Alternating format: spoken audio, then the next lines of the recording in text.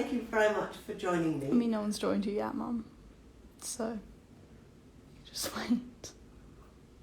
Hi, thank you for joining me. After what has been a very long week, I thought I would take a break, have some tea, do some knitting and talk to one of my favourite people in textiles.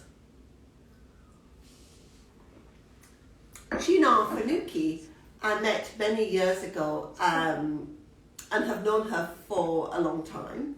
I was first introduced to her work by Susie Pilgrim Waters. For those of you who are regular readers of the magazine, her name will be familiar to you. She has been illustrating for us since we started almost. She lives in Boston. She's from the UK, but she lives in Boston. And on a visit, probably about 10 years ago, she took me to her bedroom and showed me this wonderful garment made of Indian muslin, very, very finely smoked, and with red stitching. And told me this was a designer, Injiri. So I promptly went on to the internet to try and find her. And I welcome Chinar. Hello. Hi, Chinar. I think we're just connecting to you.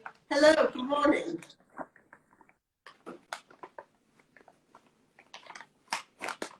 This Instagram Live is a little earlier than we had previously scheduled because we wanted to catch the light in India. I'm not hearing you, Chinar, yet. I think we're still trying to load. Hello, good afternoon. We'll just give it a couple of minutes.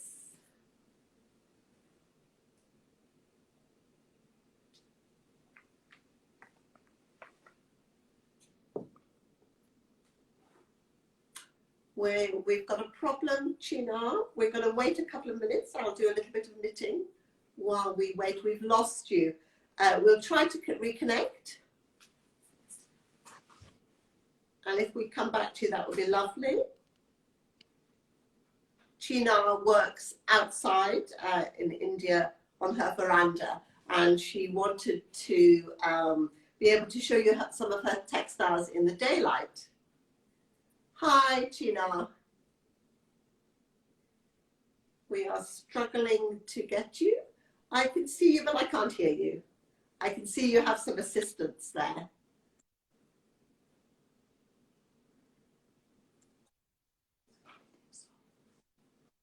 Yes, I'm knitting socks.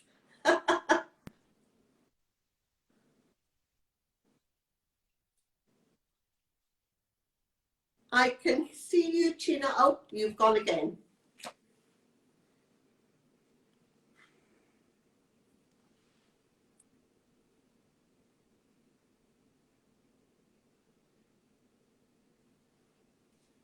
We're going to try again. It's very ambitious to...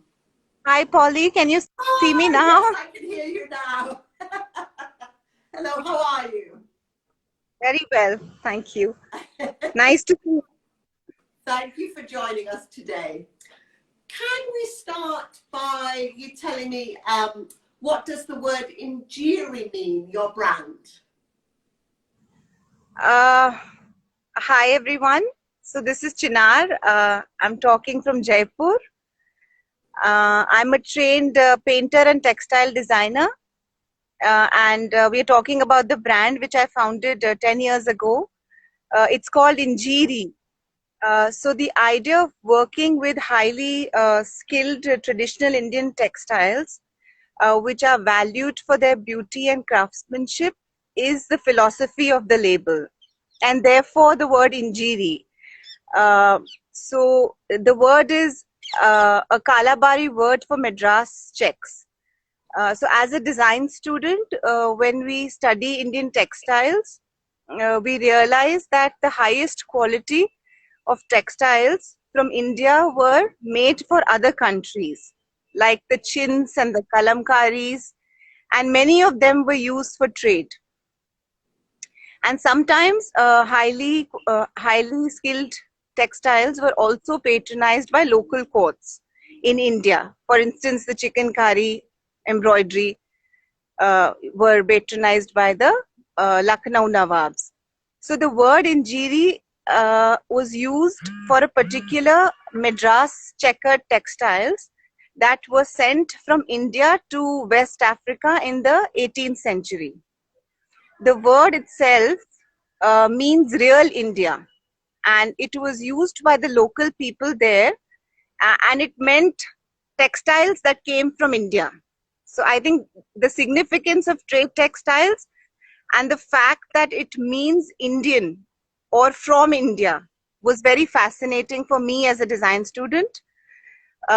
It talks about how textiles from India were valued as family heirlooms, and the idea that Indian textiles should be prized possessions of people who use them is what inspired us to name the brand Injiri.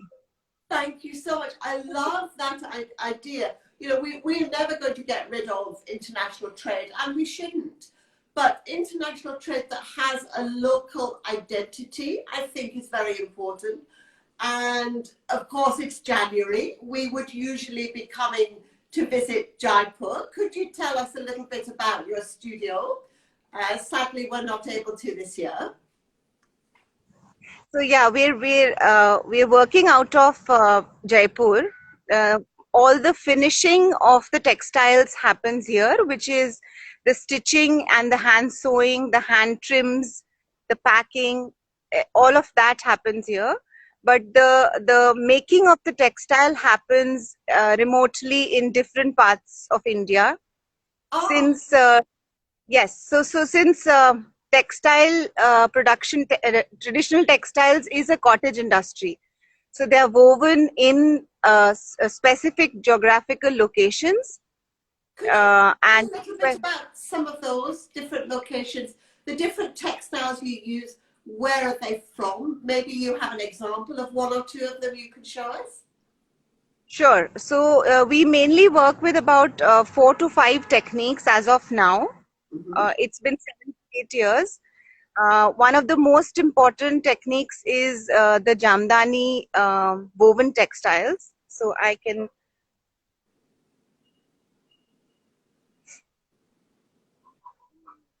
Oh, beautiful, beautiful. So, sorry. So, the design that we see here is not a traditional Jamdani design. Yeah. So this was developed only last year for the Neil collection. It's beautiful. There is not a repeat there? There is a repeat, but the repeat comes only after a meter or so. Okay. We're unable to identify unless you really look for it. Stunning, Chinar, stunning. Thank you. So Jamdani is a weaving technique that forms patterns with discontinuous extra weft inlay. It allows us to draw many forms on the loom, which is quite rare. I mean, you could do it more easily with embroidery, but this is a weaving technique, so it is time consuming as well.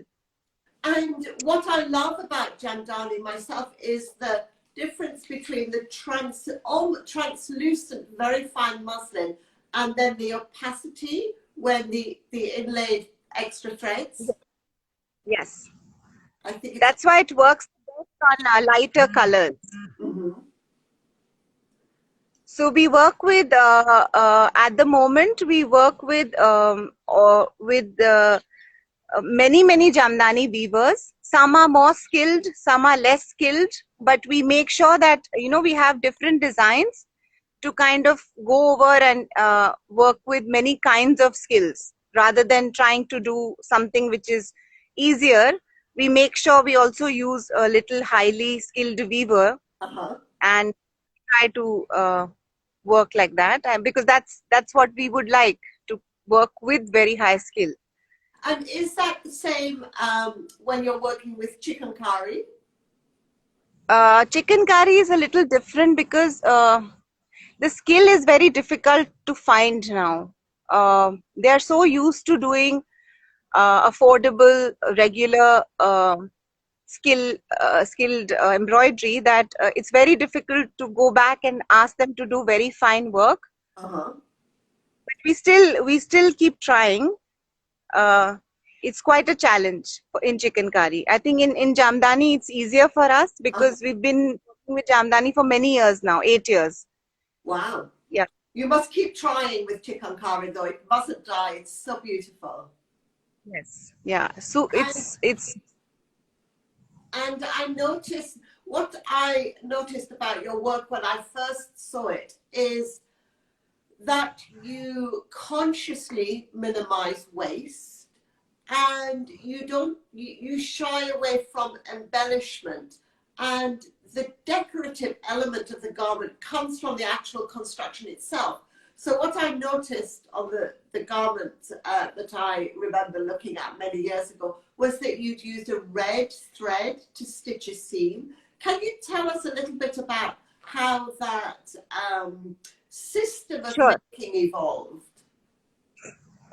So most of the garments that we take inspiration from are antique garments, whether they're from India, like a lot of antique garments from India, such as the angarkha, jamas, chogas, shalwars. All those garments were mostly hand sewn. So when they were hand sewn, and many times, I mean, maybe a few decades till a few decades ago, or they were also the fabric was also hand woven. So what happened was it was very frugally used. So because of that, most of the fabric was used in either gathers. It was put together in a way that you did not have to cut up a part and throw it away. Yes, wonderful. So that's I love that. Yeah. So that I think that was the most inspiring. The philosophy itself is very inspiring, and I think a lot of Indian designers are looking at it, which is really nice because we have so much of culture, history, which we can be inspired from. Absolutely, and we work continuously to promote a new and a different way to look at textiles as a precious commodity.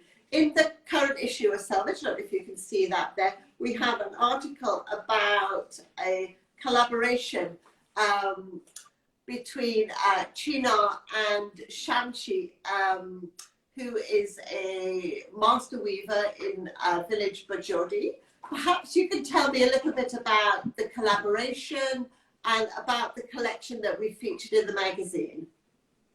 Yeah. So, Polly, when you asked about how, sorry, I'm going back to the previous question.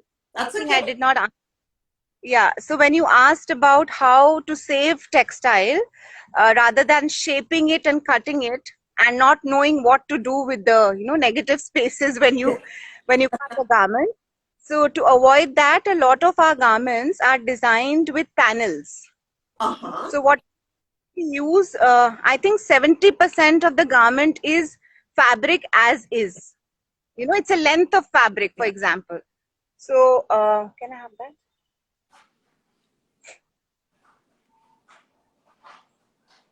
So this is a Jamdani choga.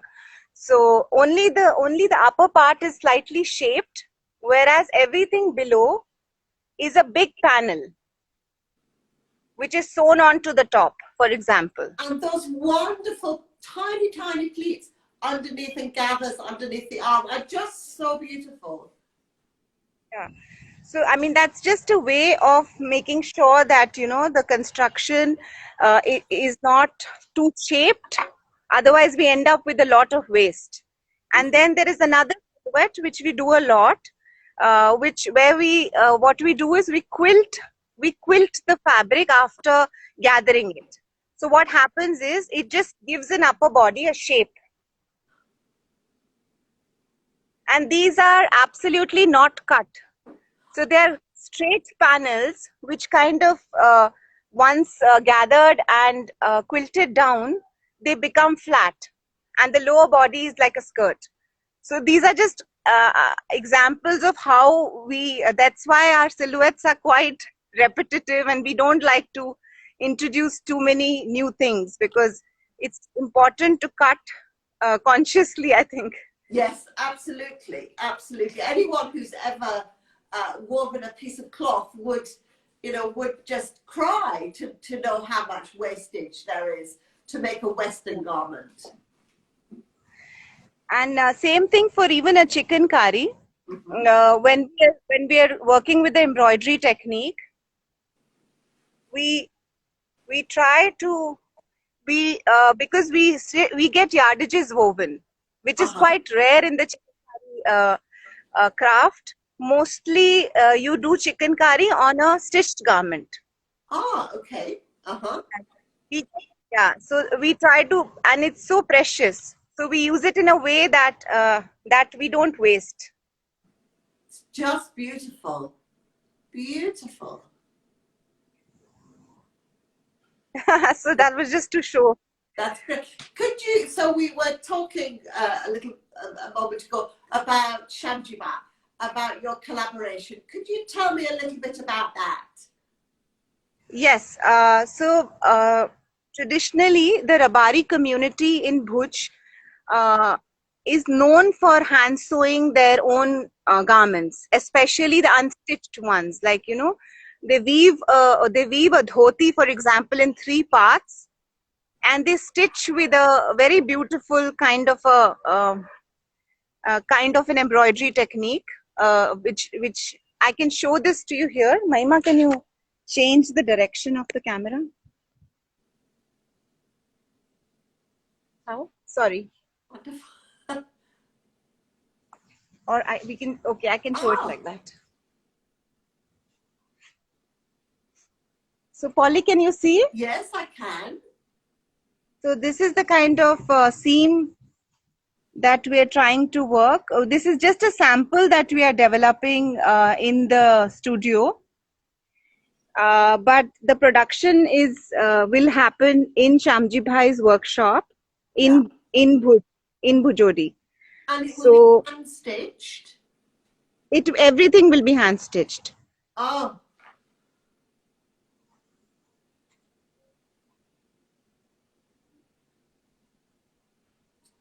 Wow, that's extraordinary. Just beautiful.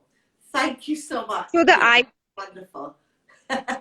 So the idea of hand sewing, actually, even the Lucknow chicken curry garments were hand sewn. They were not machine made and then the embroidery was done on top.